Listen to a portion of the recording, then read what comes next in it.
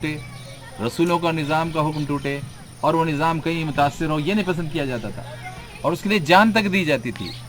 ہاں، جس کو لوگ بھدے پن سے یاد کر رہے ہیں، لیکن وہ ہے تاریخ اسی کی۔ حضرت حسین کی تاریخ بھی اسی ہے کہ انہوں نے وہ جو حیاتی اور جانی شہادت پیش کی قول اور عمل کے بعد۔